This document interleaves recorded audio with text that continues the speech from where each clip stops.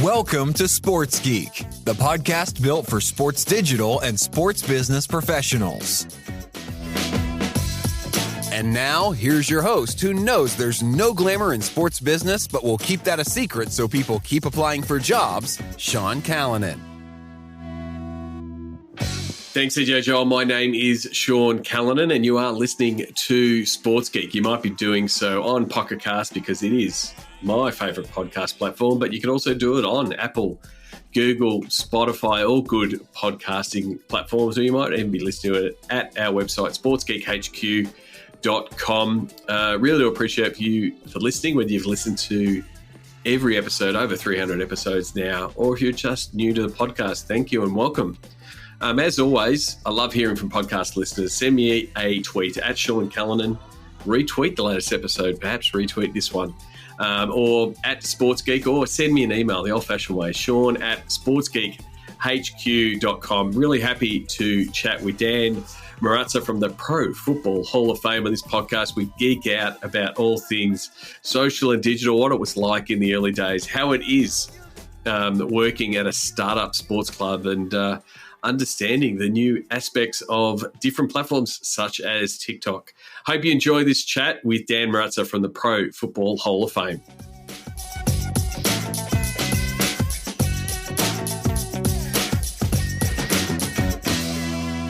Very happy to welcome Dan Marrazza, Director of Digital Strategy from the Pro Football Hall of Fame. Dan, welcome to the podcast. Thanks, Sean, for having me. I hope I got your name right. Like I said, I could have gone full Australian and gone Marrazza, which is what you would be known in Australia. But first of all, as I ask most people when I get started, how did you get your start in the world of sports business?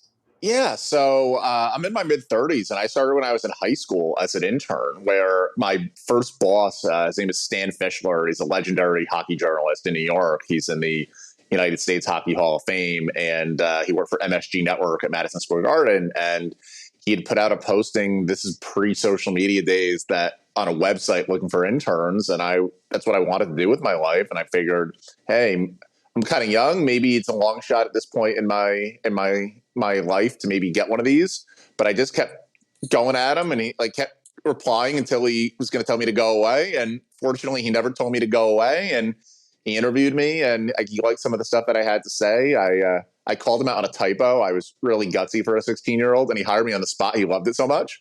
So I started when I was 16 as an intern with Stan Fischler in New York. Terrific. You miss 100% of the shots you don't take, so you've got to take those shots. A lot of people got their start in that space, and so early on, you were in that sort of web producer content, sort of scouring any digital content roles you could find.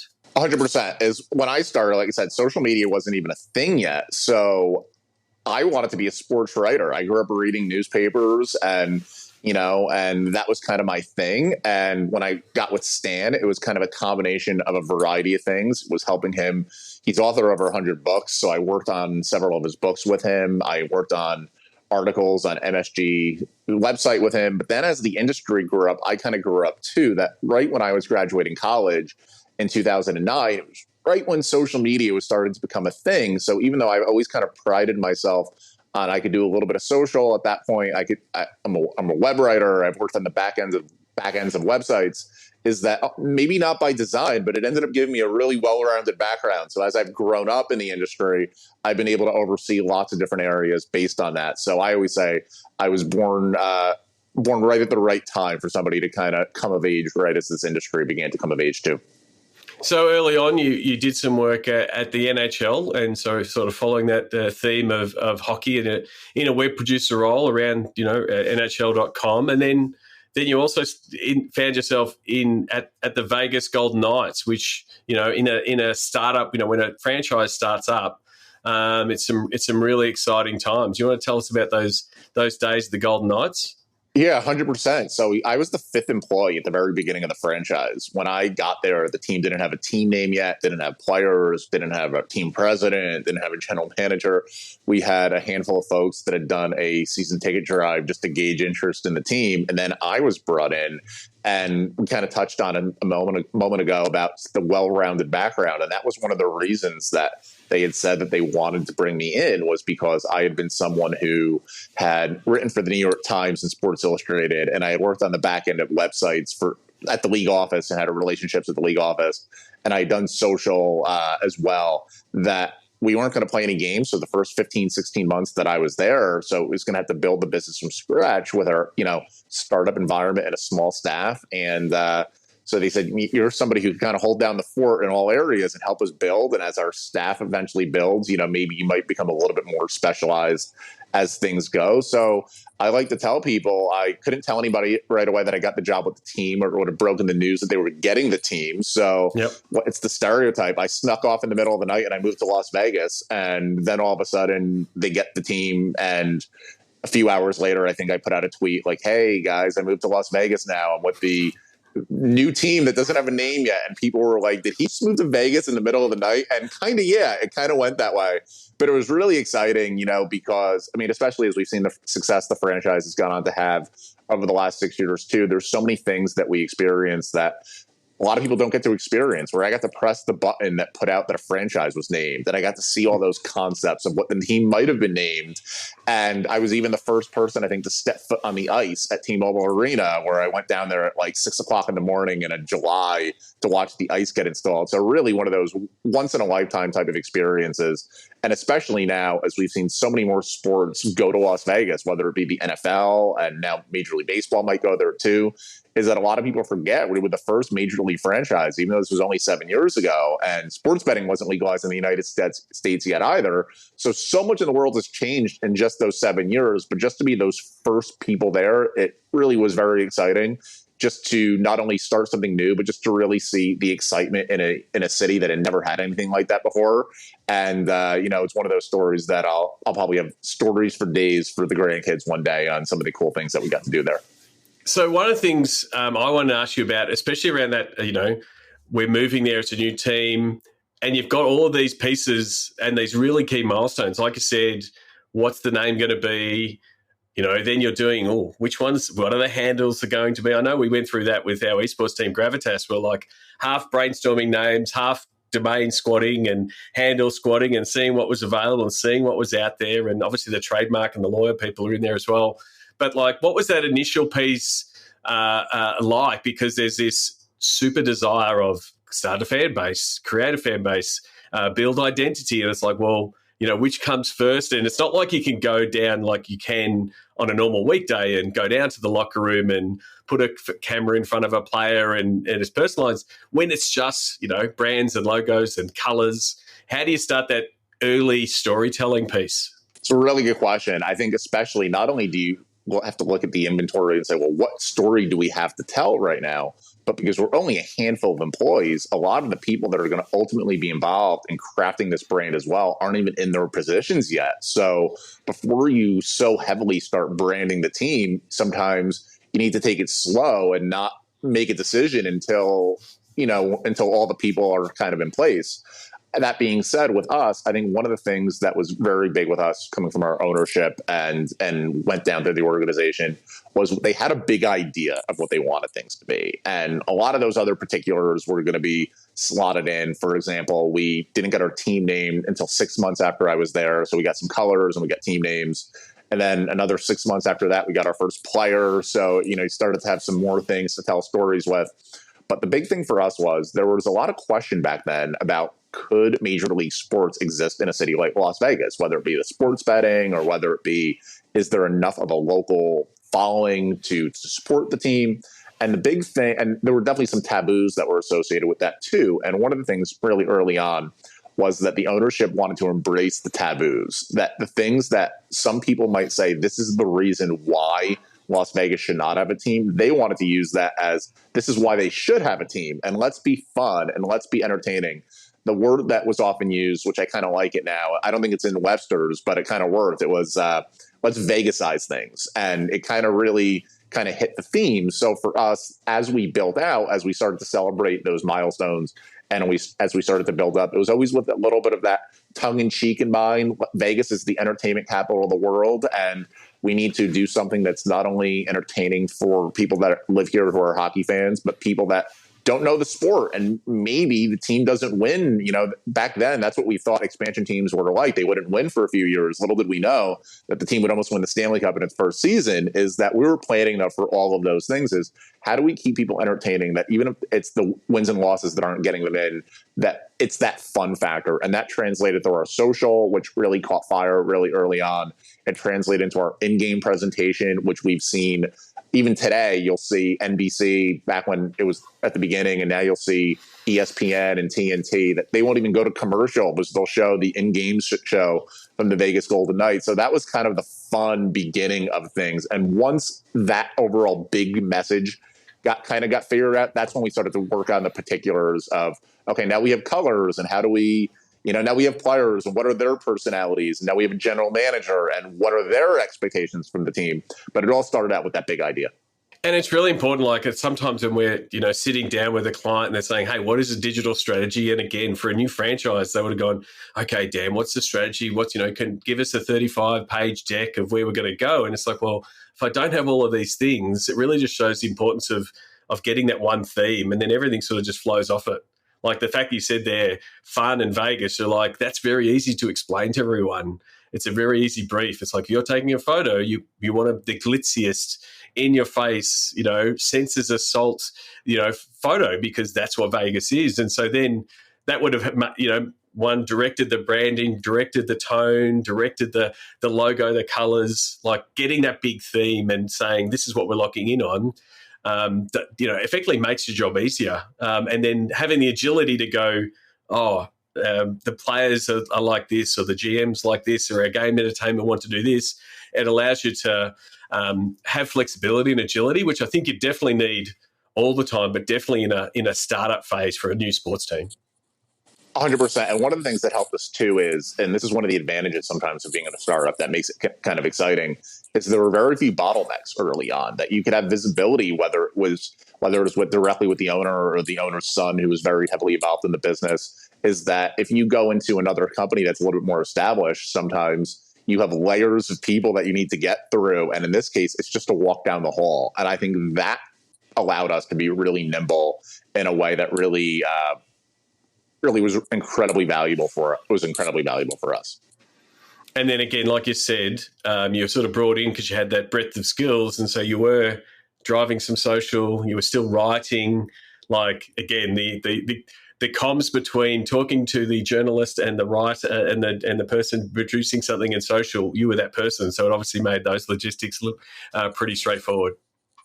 100%. Even though the one thing I always say is kind of funny is that I had only been to Las Vegas once in my life before I got the job there. And very coincidentally, it was as a journalist for Sports Illustrated covering the opening of their arena 2 months before I got the job. You couldn't have made it up in a different way. But even though at that point you would have said I was probably more accomplished of a journalist, is especially the way our social took off, where we had actually led the NHL in engagement amongst all teams before we played a game, before we started, I think we started 8-1-1 in our first season. So even before that, so even all these years later, I still think there's some people in Las Vegas that don't even know my given name. They just go, oh, that's the Golden Knight Twitter guy, where he's the guy where they would always say that the team's logo has the helmet and it's kind of shaded out, that, oh, his face is the one that's under the shade, as people always used to say. So it's what do they always say sometimes is better off to be remembered at all, than to be forgotten. But sometimes I kind of chuckle that, I was part of an Emmy Award-winning staff with NBC covering the Olympics, but nobody remembers that. They just remember the fun social media from the Vegas Golden Knights. But the thing is, it also probably helped the persona, because you were going in there, it was new, and so you were reporting it like most people see Vegas. It's a fly in, fly out, have an awesome 5 days. It's sort of like The Hangover. And so you were sort of doing that persona, but also starting to build and understand what the locals are like and talking to them. So it gave you that national appeal, that the buzz of, oh, well, I'm putting it in my diary that I'm going to be going to Vegas to go see the Golden Knights game, but then also developing that relationship as you were starting to become a local. It's so funny you mentioned The Hangover, is that one of the things that we had in mind was, when so many folks think of Las Vegas, they think of The Hangover. Even when we finally drafted players one of the players who was 18 years old was asking, what do you know about Las Vegas? And he's like, I've seen The Hangover. And that was like his answer. And one of the things we actually did, it's one of the most fun pieces of content I've ever worked on, but it's also probably the hottest I've ever been in my life. We actually, the day we finally got our full roster, some of our roster there, we took them to the roof of Caesar's Palace and we filmed a reenactment of The Hangover. How about that ride in? And it was late June and it must have been 125 degrees on that roof. Yeah. I think I was in a suit too, which is a terrible idea. I don't think I've ever been so hot in my life. But looking back now, when you watch the video and you see, we had Marc-Andre Fleury was up there, like, and this was the second day that he was with the team, and he carried the satchel and he kind of pulled it off. And I'm like, when I watch the video now, I don't remember the heat, but when I kind of think about it as, man, that was really a hot day too, which kind of makes it the fun too. When people think of hockey, they think of cold, they think of snow and ice. And here we are on top of Caesar's Palace in June. And it really helped us embrace the whole idea really early on. Definitely. And most of those players coming from cold weather places, like to a place in Vegas and then putting them on that roof, it would have been brutal, but good on them for doing it for the bit. We didn't tell them how hot it was going to be till they got up. I will say that but then again, they didn't tell me how hot it was going to be till we got up there too. So once they got up there and they saw that it was a furnace, they really were incredibly good sports. And I think that was one of the reasons the team had success too, that it could have been very easy for a lot of players coming from teams that they'd been with for a number of years to say, oh, what the heck am I doing here with this expansion team in the desert? And we really did not have guys that were like that. We had guys that really embraced it and wanted to be part of it. And not only did that help the team come together on the ice, but I think it helped the community gravitate to them too. Because the thing about the Vegas community is, as much as people know the Strip, it's a very blue collar town once you get off the Strip, and they could smell phonies a mile away. And the fact that whether it was our brand or the players wearing the jerseys, were not phonies, I think is one of the things that really helped encourage ourselves early on. Terrific. So you're in the sort of that early pro sports scene of Vegas. And as you mentioned before, the US is now going through a sports betting, gambling tsunami, really, as it's been adding on multiple states. You spent some time at DraftKings, which at that point were, in that early stages, at the start of the wave. What were some of the things you learned, moving from team side to, a fierce acquisition beast that is DraftKings? What did you learn that from a marketing and digital point of view? Oh, so many things. I think one of the things, and people who know me are going to say, oh, Dan, you're telling this joke again, but I'm going to tell it, is that I moved to Boston for DraftKings. So I'm the only person I think ever who had to leave Las Vegas to get involved in sports betting. I did it in complete reverse. That you would think a hockey team in Boston and a sports betting company in Las Vegas, I did it completely in reverse. So for me, when I got to DraftKings, it was right as the Supreme Court legalized sports betting. And it was in mind that DraftKings wanted to be the first sports book to launch a social media, like a sports betting specific social media presence.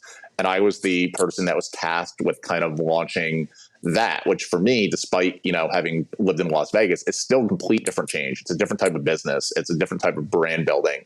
I think the thing for me that there was a lot of learning too was that there were so many laws in a federally regulated industry, and so many of these laws had been probably written in the 80s or the 70s before social media had ever even been in mind.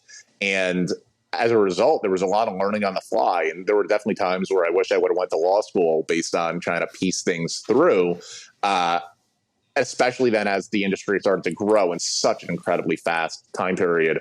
The laws would change, but they would be tweaked, or the departments of gaming from these different states would say, oh, actually, that's okay. We didn't really have that one in mind.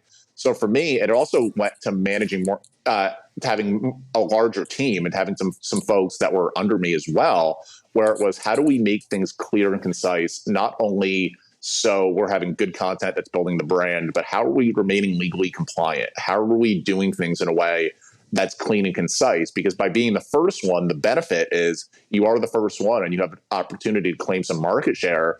But on the other side, not the negative, but maybe the thing to keep in mind is you don't have anybody else's blueprint to go through. And with so many of these laws being that way, there was a constant minefield of making sure we didn't get fined. One of my proudest things is we never got fined, which is so hard when it comes to being creative and doing that. But it really was something too. And then for me, the big thing was it was launching more about, it was brand building, but it was more transactions and driving business and driving monetization of things. as well. And going into different states, it was different states have different cultures and have different states have different strategies. And it was constantly being able to come up with new things there. So as somebody who had done the startup thing before, this was something that, even though the company was maybe 5-6 years old at that point, it was also something where I was constantly launching new things. And that made it so exciting because you launched DraftKings Sportsbook and then you launched DraftKings Casino, and that was something new. Or you launched New Jersey, my home state, as the first state, and now you're launching Pennsylvania or New Hampshire. So it was constantly adapting to new things. And it's one of those things at the time, there's definitely days that you say, okay, we're a couple months in. How come there's only 1 or 2 states now? And then you look and it's 5-6 years and it's over half the states now. And it's when you, depending on what state you're in, it's almost every commercial. So sometimes in the day-to-day, it seems like it's moving slow, but really just to think of how much it's changed, just every experience of watching sports on TV in the United States in only 6 years is really amazing as well. Yeah, I think the amazing thing, I think, in looking at, the gambling market, and it's a very mature market over here. And when you're, when you're working the digital team or a content team on the, for a sports betting company like DraftKings, is the real killer focus that sometimes people don't have when they're working in a team or a league, which is that commercial reality of, hey, I'm producing this content. And then it's like, what's this content doing? Is it going to drive someone to sign up, or is it going to drive someone to bet? And so that laser focus, like, again, I know, sports teams love, telling the story and those kind of things. But that commercial piece of, does this bit of content lead to someone to sign up for a season ticket or a ticketing piece? It starts at sort of making that connection, between your digital teams and your data acquisition and what does that funnel look like? That's the bit that when I'm, working with those more acquisition focused pieces, clients, it's like, it's really exciting to go, this piece of content can engage this big audience. And then, if you want to go back and remarket to them and put an offer to them and, like you said, do all the compliance things, but, use advertising and acquisition to drive it. And, your team can go, oh, look, this is the revenue that we're bringing in. And that's why your team would be getting bigger from whether it be the content creation or the acquisition side. I think it's something that I think sports teams and leagues can learn from those, especially those really high acquisition businesses. I think one of the things that was interesting with it too is, as much as you want to acquire customers, when you launch and you're only legal in one state, that's such a small sliver of the folks that are out there that are seeing your content. So for us, how do we try to acquire the New Jersey audience and then the audiences of the other states? But how do we start introducing others to our brand that even if they can't play today, that they start building up brand affinity? And one of the things that we found that was a really effective tool for us was that we can mimic contests that, as long as people weren't wagering money per se, that they could kind of mimic the product. So we would do things where we would get NFL players or media personalities, and we would say, hey, pick 3 games this weekend. We'll put it out on social only. If people retweet this and reply and outpick you, they could win some non-monetary prize on off of our website or something like that. That was something that was really effective for us too, because even if somebody in California or Arizona wasn't in a position to benefit from, we weren't in a position to benefit from them playing, we wanted to get our brand in front of them. So when the day came that they would already have some brand familiarity and some brand loyalty. But also within that to say, okay, well, we can't generate revenue from them in terms of entry fees, but we can in terms of advertising fees, that if this post is getting XYZ impressions and engagement, that could have this value to different sponsors and things like that. So even though, somebody in California might not be able to play, their impression was still valuable to our business. And it was finding how we could simultaneously, and that's the fun part too, when you're trying to juggle the B2B and you're trying to juggle reaching a new audience that can't even play your product and then kind of introducing them to the product, is there were definitely, I don't know if loopholes is the word, but there were definitely some things that allowed for some flexibility to do things that really started to introduce the concept of gamifying things and gaming things for a wider audience. Yeah, definitely. And again, that applies to all sports where people can't go to your game and they can't, attend your stadium. So you're constantly building that brand affinity. So when they can, and when the opportunity does arise, they will buy, they will come along. So now, you've been in hockey, you've been in the gambling space, and now you're in the world of football. When I say football, I'm talking about NFL and American football. You're Director of Digital Strategy at the Pro Football Hall of Fame. For the people who aren't in the US and don't understand the cultural significance of the Pro Football Hall of Fame, can you give us a little bit of a primer on what that is? Sure. So we're located in Canton, Ohio, which is about an hour drive south of Cleveland. The reason the Pro Football Hall of Fame is here is because this is where the NFL was founded in 1920. This was the birthplace of the league. And in the early days, believe it or not, a lot of the teams, it wasn't necessarily the Dallas Cowboys or or some of the teams that people know now. It was teams from small towns in the Midwest that really launched the league with Jim Thorpe, top athlete of the first half of the 20th century, Olympic champion, was actually the first big star and president of the NFL as well. So that's why the Pro Football Hall of Fame is here. I think the significance for us is that, especially in the United States, the NFL is the most popular league. If you look on a given year, is that if you look at the top 100 TV programs, I'm not even talking for sports, I'm just talking for anything in general, 92 out of the 100 will be NFL games from that season. So it's something that, in addition to the sports space, you'll see this as well. The way this translates just into American pop culture is that Rihanna does the halftime show at the Super Bowl, and it gets higher ratings than the actual Super Bowl itself because it's this crossover of where all things, like I said, it's Americana. It's all things in that regard, whether it's the nature of sports, it's the entertainment world, it's the commercials, it's the celebrities, it's the pomp and circumstance. It's a little bit of everything. So for us, our place is to not only tell that story, but also to be that thing that ties the history of the game to its present, starting with being the birthplace. It was actually in an automobile showroom in downtown Canton. It was where the NFL was founded. And to now, it's a sport that millions and millions and millions of people watch, whether it's in the country or worldwide, that we are that tie that ties the present to the past. And that is a really exciting part of the job. And it's one of those things that really makes the role that I'm in very special, especially as someone who, I'm a history nerd, not only just sports history. I'm just like a world history nerd. So at times you can be a little bit of a kid in a candy shop in a job like this too, because there's so many things you just get to see that, like, just being able to walk through our archives are things that some folks, this is a dream experience. But hey, this is the helmet that this guy wore in the first Super Bowl in 1967. That there's so many things that are a tie there, but we look at it as that tie of America's most popular sport tying its past to its present and its future. Terrific. So unlike a team or a league where you've got, when you're at the night, you'd have a regular season and you'd have home games and away games and coverage like that. At the Pro Football Hall of Fame, you've got, some really significant spikes, obviously enshrinement week when new players are selected and, the US media will descend on Canton to see who's going to be the next person. The next people, inducted in the Hall of Fame, and you see weeks and days and days on ESPN. But how do you manage it? What's the rest of the year? It's not like, oh, Dan, you've got that one really busy week, and then the rest of the year is the feed up. How do you balance maximising that piece, but then also what happens for the rest of the year? That was definitely one of the challenges when I came into the job. That was one of the things they really wanted to expand upon. That they knew the company knows there's always going to be peaks and valleys to a degree, but maybe have those valleys be not so deep as they used to be to level things off. So for us, one of the ways that we've really looked at expanding our brand is not only saying that, hey, this is a museum, come visit here. I mean, in our case, only 7% of our audience is within 200 miles of our social media audience is within 200 miles of the Pro Football Hall of Fame itself.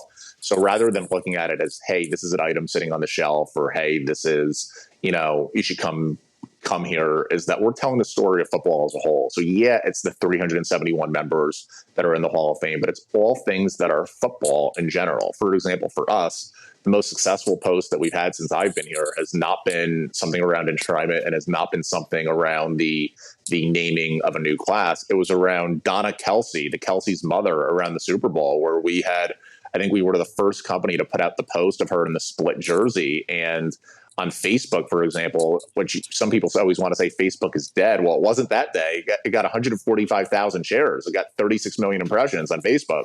Is that really broke out? If you actually take the earned media that post across platforms generated as well, it was seen 115 million times. That's almost as many people who watched the Super Bowl. And then as the way that expanded into our business, that kind of launched the idea. Now we have Donna Kelsey's jersey is on display at the Pro Football Hall of Fame. And when we announced that, that was the second most popular post in the history of the Pro Football Hall of Fame. So it's finding these cultural moments like that that are things that we're able to capitalize on, in addition to being able to talk about events going on in our stadium that allow us to connect with our community locally, just that thing that ties us as a whole. And it's been, like I said, I would not have predicted this when I got here, but some of our most successful posts have been things that have been nothing to do with events that have actually happened right in our backyard. And so those other stories you're looking to seek out, whether they be local or, historical tidbits or different ways, obviously you said you're a history nerd, so you're diving in.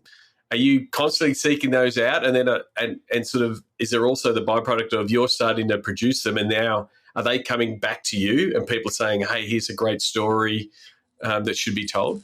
It's a combination of those things. I think we have those historical things that you try to dig up information, and where the sources are no longer with us, that, you have to do your research and you have to dig and you have to enjoy those things. But also beyond that is, if we're only going to be talking about the past, we're going to really limit ourselves, and we're going to run out of stories eventually. So a lot of the things we've done too have been about, in ways to involve our sponsors as well, is just how do we tell these stories in creative manners? For example, we had partnered with an artist who makes sculptures out of sand, where he's incredible. His name is Falling in Sand. And we had not leverage is the word, but we had utilized one of his pieces of art to announce what teams are playing in the Hall of Fame game. Or we have one of the members who's going into the Hall of Fame this year, DeMarcus Ware from the Cowboys and the Broncos. He's actually singing the national anthem at the Hall of Fame game this summer. So we had an artist similarly make his face out of Rubik's Cubes, and we did like a slow reveal of who the person is who's going to be singing. So it's that combination of tapping into the history and doing research and knowing what things are out there and knowing fun ways that you could tell that. Because one of the things that we always say too is that we want to tell this story in a way that's not only for people that are diehard football fans. Even if someone is in your audience has maybe watched a handful of NFL games, doesn't know as much about the league, we want to find what is that aspect of human nature about this story that makes it interesting, that even if you don't know who these people are, it's still interesting. That, for example, like we mentioned Donna Kelsey, there's this mother, and she's the first mother that has two sons playing against each other. And what does she do? She wears these shoes that one of them is for one of the teams and one's for the other team, and the jersey is split, and things like that transcend cultures too. That, whether it's someone in Australia or Europe, is just the idea of being a mother with two of your kids playing against each other on the biggest stage. So for us, it's that constant trying to find common bonds that connect people, even if they're people that don't necessarily know the entire history of the game.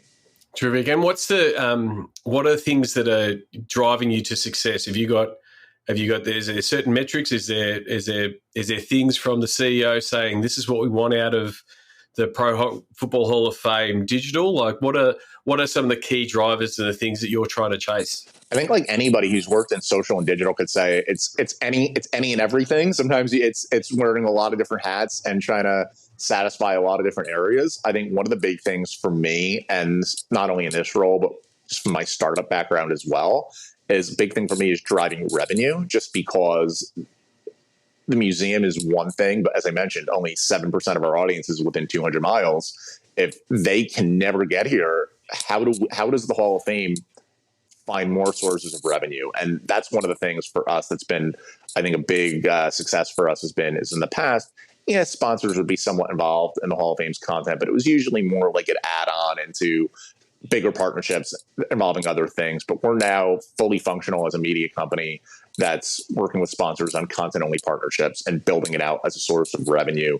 That was a big goal coming in. Another goal for us is that how do we compare, not necessarily to others, because there's not a lot of companies that are similar to us to necessarily compare to, but relative to the size of the audience we have, what's the sentiment involved? Are people seeing this content and are they enjoying it? Whether it's one person who sees it or a million people who sees it, we want people to be enjoying what it is that we're doing. That is a big metric with us. Just using some AI. I know AI could be a dirty word these days, but that being said, it can be really effective in detecting sentiment of posts to really kind of understand if people are liking what they're seeing. And then the other one is just what's the reach of our content relative to our audience? is that we don't, like I said, we don't have the audience of the Dallas Cowboys or the Chicago Bears, but for the audience that we do have, are we constantly punching above our weight? Are we resonating in that way? Are we getting this logo in front of people that maybe would have otherwise not been familiar with this logo? I would say the combination of expanding the overall presence of the Hall of Fame in that regard, the combination of people enjoying our content and just driving revenue, driving back to the business, I would say those are the three things more so than anything else that I'm constantly waking up and checking the numbers on to make sure that we're hitting, because that's those are the business drivers for us. Definitely. And one of the things you wrote an article and we quoted an article regarding looking at exposure rate as a metric as a sort of a way to, I guess, take away the algorithm's effect on what you can do. Because it's like, unfortunately, sometimes at C-level, they look at your follower numbers and then they look at, whatever metrics you're reporting on. Here's how many people liked it, or here's our engagement rate, and those kind of things. And it's like, well, you don't get to control how many people of your followers get to see it. Do you want to explain why you think exposure rate is a metric that works for you, and why it could be useful for others? For sure, and it has an incredibly interesting origin too. I'm definitely someone who's run with it quite a bit, but I'd be lying if I did not credit an entire village of folks that were part of creating this. And this was really a brainchild that came out of DraftKings, is that our analytics team there these are some of the smartest people I've ever seen in my life. These are MIT math guys. I would always joke, we got 5 Goodwill Huntings down the hallway from us, just because the way they're able to slice and dice numbers. And the thing for us, and I always pride myself on, I'm kind of a common sense person, that I can see the problem is, and how do we figure out what the problem is that we need to solve. And the way this originally started was, okay, we're going to launch our DraftKings Sportsbook, and we're going to have 5,000 followers the first day, and a year from now, we're going to have 100,000 followers, hopefully. And how do we compare our content consistently to ourselves when the business is scaling up and growing so much?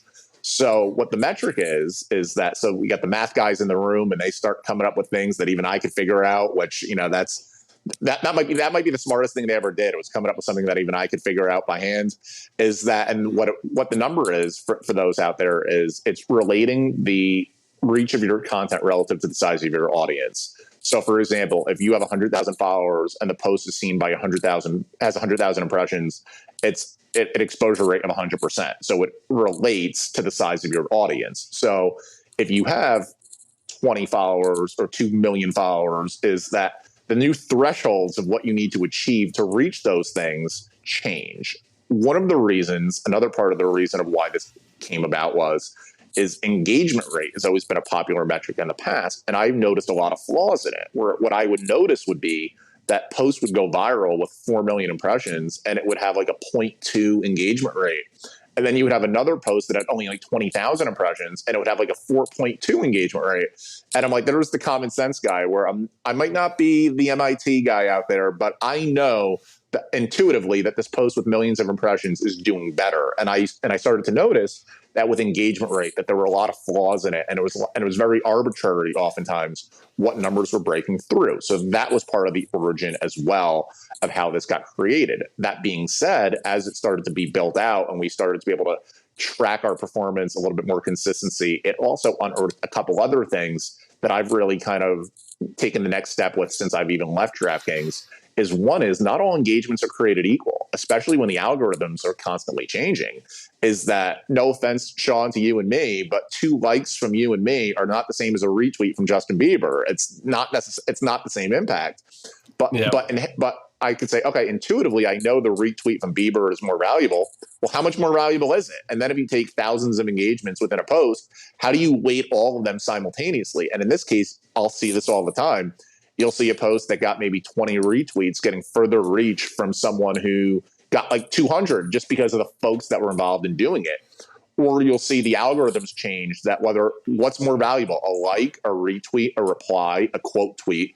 These things are always changing. The one thing that doesn't change, though, is if it's breaking through and reaching a wider audience, is that this allows you, as the algorithm changes, to consistently track what's breaking through and do it in a number that makes more sense. Where I know for me, as I've worked in different companies, and I've been really fortunate that a lot of executives who I've worked with, who, even if they don't work in the space, have some literacy in it. But that being said, I can tell them 120,000 impressions and they go, is that good? Is that good? Is that bad? What is that?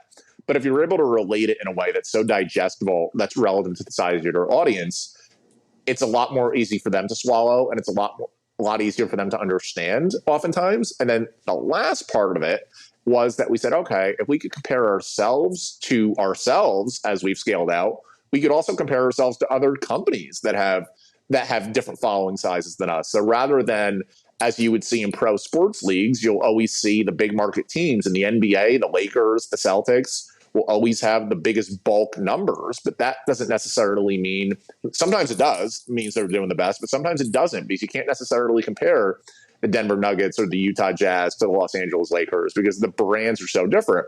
So we learned that it was a really effective way also at leveling that playing field, that if you want to compare yourself, whether it's as a pro sports franchise to another team or it's to another company, you're able to say, okay, we're the Pro Football Hall of Fame. We have 300,000+ followers approximately on each platform. But we actually know that relative to the size of our platform, we actually reach more people on Facebook and Twitter than any team in the NFL does. That's a lot more of a number that, internally we're able to gauge performance a lot better. So I think like I said, it's a number that it's certainly helpful to have software involved to help you with it, but it's something that can easily be done even with an iPhone calculator, where you can tell I've done this a few times, and I've spent some nights in the data sheets sitting on my sofa kind of calculating these by hand. Is you just take the number of impressions of the post and you divide it by the number of followers that you have at the time of the post. Comes out to a little decimal. You move it 2 spots to the right. You add your percentage number at the end, and voila, there's your number. And for me, it's been something that's been so effective for communicating internally and so much better for providing context where, okay, I got the numbers out there. I know these things are out there, but providing context, are these good or are these things that could be improved upon? So been a real lifesaver for me. And sometimes when I think of all the years that I worked in sports not having this metric, I'm like, how many times did I think I was doing well when maybe I wasn't doing as well? Or how many times was I maybe discouraged that I didn't think I was doing well when I actually really was? So it's really been a game changer in that regard.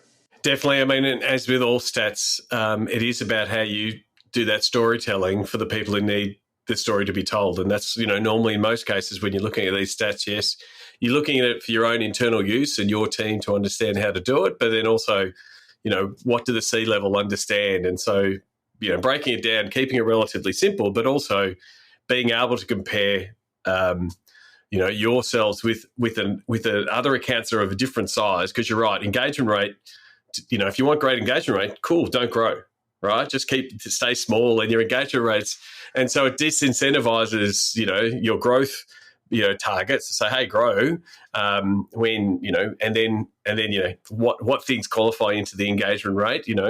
You're driving a lot of video, so you're getting lots of views, but it's not getting comments because that's not the algorithm is pushing. It drives the engagement rate down, but it's like, no, we're building an audience. We're building an audience with video. So it is a matter of, coming up with those metrics. And I'm the same. I like exposure rate especially when you're in that phase of, hey, we're trying to grow and we want to know how we're doing. It's really effective. The other thing with it too is that I find interesting is I've always been a big proponent of quality over quantity, because as much as we could sometimes be sitting in an office and say, we got to get something out, nobody is sitting at home saying, oh, dang, how come that company hasn't posted yet? Nobody's thinking that way. So what ends up happening is that if you're a company that puts out a lot of great posts, but then you put out some that are just check the box, throw them up, it ends up lowering your exposure rate. And it ends up lowering your exposure rate. So it really emphasized quality over quantity, that sometimes you'll see some folks, and this is something I've had to communicate throughout my career, is they'll say, okay, we're doing A, B, and C, and these things are great. That doesn't necessarily mean, even if these other things aren't the best, they're not going to hurt those other things. Let's throw them up. But it actually does. It dilutes your brand. It dilutes your brand, and it takes away the expectation of quality, that if you are really emphasizing on quality over quantity, folks know that when they see one of your posts, even if it doesn't necessarily look immediately interesting to them, they go, hey, well, the brand of this company is that almost everything they do ends up being interesting. I'm going to read that article, or I'm going to watch that video and see what they get to, because that's how they, that's what they do over there. So it's been really effective, because it's not always about just saying, what should we be doing? it's also important in sometimes saying what we should not be doing. And sometimes that's just a bigger part of digital, is knowing when to sit things out and knowing that this is something that, you might think that, hey, I'll throw up 100 of them and I'll gradually accumulate numbers. It's not doing it that way. And it really helps shine through that way as well, and really allows you to emphasize on quality over quantity. Yeah, definitely. There is a time when we've all been in that space of, well, this is our cadence. This is when we always do this many posts on this platform, and you're doing that scramble of, oh, we haven't got anything. It's like, well, it'll all still be there if we don't post. And if you're looking at the algo, the last thing you want to do is tell the algorithm, oh, it's Tuesday afternoon and we always post something really bad. and so what's going to happen next Tuesday afternoon? It's going to know it's going to be bad. It's going to be less. And it's even those kind of things. It's also, we're on a holiday weekend here in the United States, which especially the unofficial start of summer is a lot of times a weekend that's not necessarily a big one where people are online, as they're at barbecues and things like that you might say to yourself, okay, we have 15 pieces of content this week. Let's not go silent on our channels, but let's use these things when they're going to break through. Instead of having 3 a day, just so we could be consistent in that regard, let's have 1 on Saturday, 1 on Sunday, and 5 on Tuesday, and 5 on Wednesday when people are back in their offices or in school or wherever the case may be. So many things like that allow you to kind of know when the times are and when the times are not to kind of get involved with things. So one of the things I did want to ask you, you're obviously a studier of platforms and look at what the industry is doing and what are the new methods and tactics is some of them that you've been applying at the Pro Football Hall of Fame.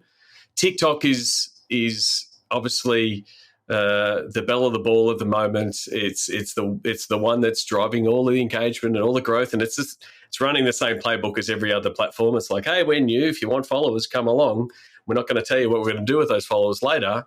And then you've got this political hand grenade that's sitting there with TikTok, and whether it's going to be there, whether it's going to be banned. Is banned going to make it more popular, or is it going to go by the wayside? Where do you see TikTok landing as a platform or as for sports in general? So I would say, first off, going in, when you mentioned the political aspect, if I could handicap the way political conversations were going to go, I'd get my Nobel Prize, which, trust me, I'm not getting. I will say this, though, is that whether TikTok exists as TikTok or whether or not it gets involved, the one thing that it's done is revealed a very successful algorithm. And that's one of the reasons it's allowed for growth, is because it's so darn addicting. And I think that if for whatever reason it was to come along where somebody was going to make a political statement and there's no TikTok tomorrow, there's 100 other companies that are probably already planning for this with a similar algorithm to kind of capitalize on things. So I don't know if TikTok by name is going to continue to exist. I hope it does, because it's an opportunity. It's been such an opportunity for growth. But even if it doesn't, I don't necessarily have concern, because it's revealed something that's so important and so successful that someone else is going to adopt it. And like anything, the industry is always going to undergo change. There's always going to be, I remember when Instagram was new and a lot of people were like, oh no, things are never going to be the same again. And now that's one of the older ones too. So I think the algorithm is here to stay. Whether the brand is, that one remains to be seen.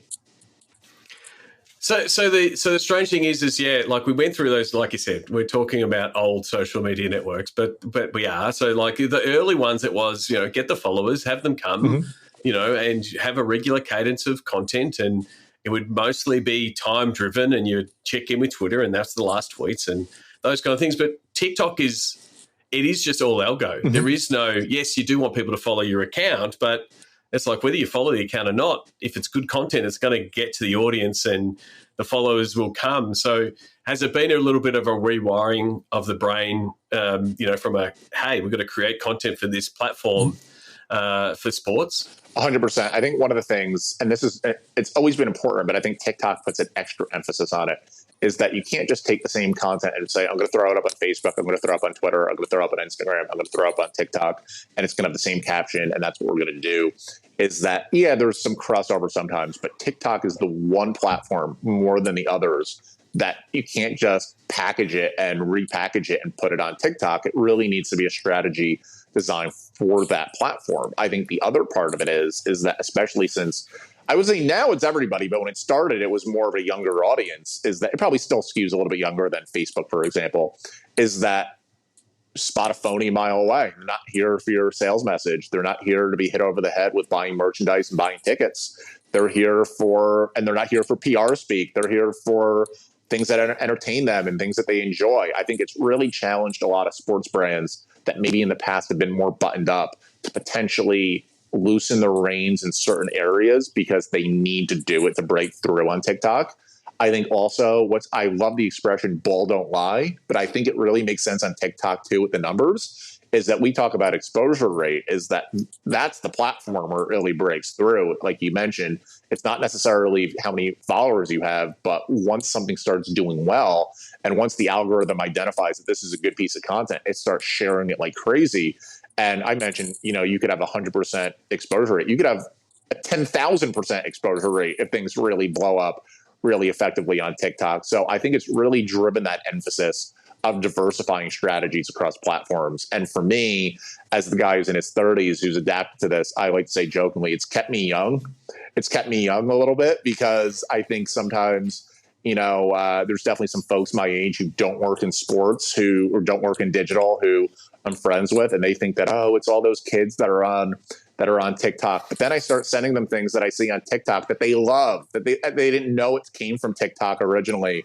So for me, just in terms of remaining young and remaining current, it's really given me the drive to do that because it's a necessity. I remember when I broke into the industry, one of the reasons I was able to distinguish myself on social was because a lot of the employees that were maybe 5, 10, 15, 20 years older than me didn't think social was a real industry. And they used to kind of go, oh, that's the kids playing on their phones over there. And since it was something I was able to embrace at a young age, it was always something I was able to carve a niche for myself. Even back when I was an intern, back when you couldn't even attach photos on tweets. That's how long I kind of go back with this stuff is.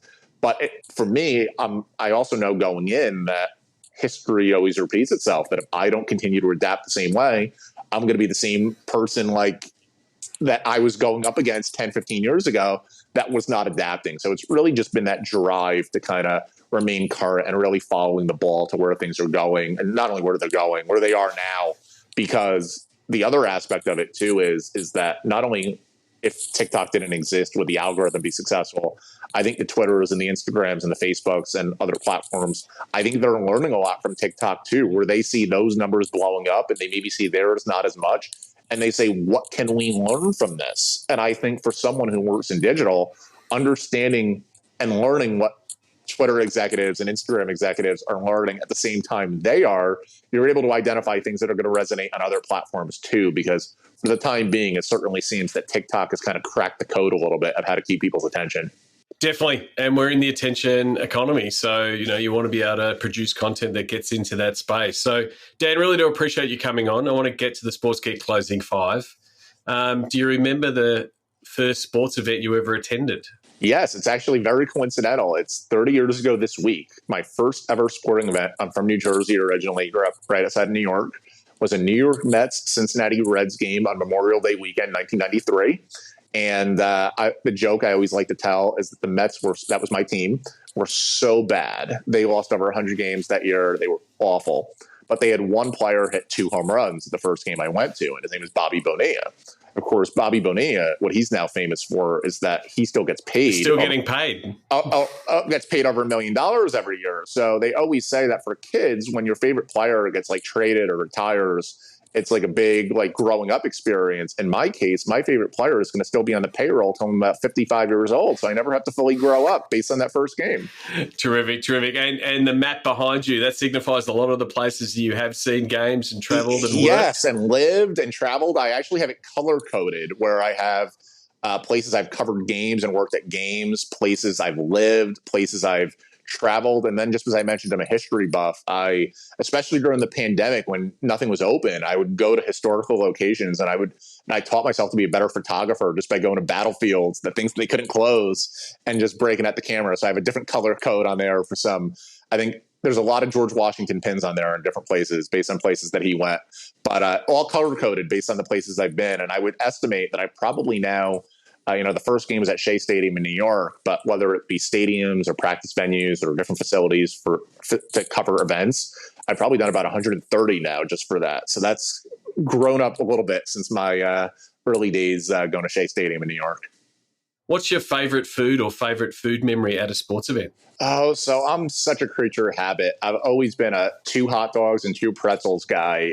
Even when I was just a little guy at 6 years old, I'd be really eating that food pretty heavy. And my tradition always was and still is, I always get the food as soon as I get to the stadium. I don't go back, whether it's like in other periods or halves. I usually eat it all before the game even starts. Like I think a lot of that, the tradition started was because I was just a kid who was starving and would just eat like a maniac. But the tradition's kept up for all these years, and even all these years later. It's a little bit more heartburn now than it was back then, but 2 hot dogs, 2 pretzels, and a drink is usually my go-to at a game. No problems. What's the first app you open in the morning? Ooh, depends on the day. I would say I very quickly open all of my apps. So it depends on the day. I would say that I use I've got to make you pick one. There's no pick one. You're not opening every app at once. I would say more days than not, probably Twitter, because it's the quickest place to get breaking news. Terrific. Is there someone that you follow, whether they be someone on Twitter or an author or someone that you look up to from a colleague point of view that the podcast listeners should look up and follow, and why? I'm going to suggest someone on LinkedIn. I'm actually going to suggest that her name is Nellie Long. She's the VP of People and Culture for the Pittsburgh Pirates in Major League Baseball. She's someone who I connected with a couple years ago during the pandemic when the world was knocked a little topsy-turvy, and is just a tremendous example of a very compassionate leader who is in a really high role but really connects with people at all levels. And she just has so many things on LinkedIn that show so much about leadership, about relating to people, because as much as we talk about the algorithms and the apps change, the one thing that never changes is people. And that's the one thing that as long as you understand people and can relate to people, I believe wholeheartedly you have a future in this business. And I think there's so much that she's taught me just in a couple of years of being connected to her. I'm always checking to see if she's posted anything, but she's incredible. Terrific. And lastly, what social media platform is your MVP? Again, it's really simple. You're going to pick one. You anticipated my answer. You can answer it from a personal point of view, and then also you can put your Pro Football Hall of Fame on and say what platform is the one that's doing the best for you there. Okay, so I'll do a professional or personal. So for professional right now, the Hall of Fame, believe it or not, it's Facebook, believe it or not, where I mentioned that the one Facebook post broke through. And some of it is definitely our demographics are older than the average social media user. That being said, I think a lot of our content, which is short form video, 30 seconds to a minute, is really broken through there. And maybe some folks have gotten scared away from Twitter with some of the narrative out there. Maybe some of them migrated back to Facebook, and our numbers there have really been incredible. And on the personal one, even though Twitter is the one I mentioned I opened first, I put Instagram as my MVP. And the reason I put Instagram as my MVP is it's the best one for mental health. And that might sound like, what do you mean? And I'm a big believer that when people talk about what food do you put into your system, does that make you feel good in the morning? I always say what content you put into your system makes you feel good too. And people talk about, the internet could be a negative place, but Instagram is a really good platform, I find, that some people might say, hey, there's no professional meaning to this, but trust me, we rate dogs, and those accounts are really valuable because they're able to put you in such a relaxed and happier frame of mind that I think that translates to the person you are when you go to work and when you go home to your relationships and things like that. And so I think Instagram is really effective that, you can't completely avoid some of the controversy and some of the negativity online, but I think it's the best platform for helping me keep my mental health going, and anything that keeps my mental health going automatically has to be the MVP. Terrific, Dan. I really do appreciate you coming on the podcast. What are the best platforms for people to reach out to you and say, thanks for the podcast, really enjoyed it? What are the best platforms for people to reach out to you? Since I've thrown every platform at you, I'm going to say LinkedIn is probably the best one to connect with me on, just because as far as like professional and networking, it's the best way to go. And I'm usually the quickest to answer on that one as well. So definitely at Dan Marrazza on LinkedIn is the best place to go. Well, Dan, thank you very much for coming to the podcast. Hopefully we can catch up in real life and connect. I don't know if I'll get it. I don't know what colour pin that will be when we do connect. But hopefully we will connect in real life soon. For sure. And you didn't think I was going to get one on every platform in there, but I found a way to get a comment on every platform in there. Terrific. Thanks, Sean. Why not book a Pick My Brain session with Sean Callanan? Go to sportsgeekhq.com/pickmybrain.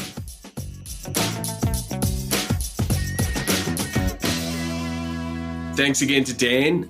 As always, if you can reach out to him on LinkedIn and tell him that you listened to the episode, maybe tell him exactly what you liked about the episode.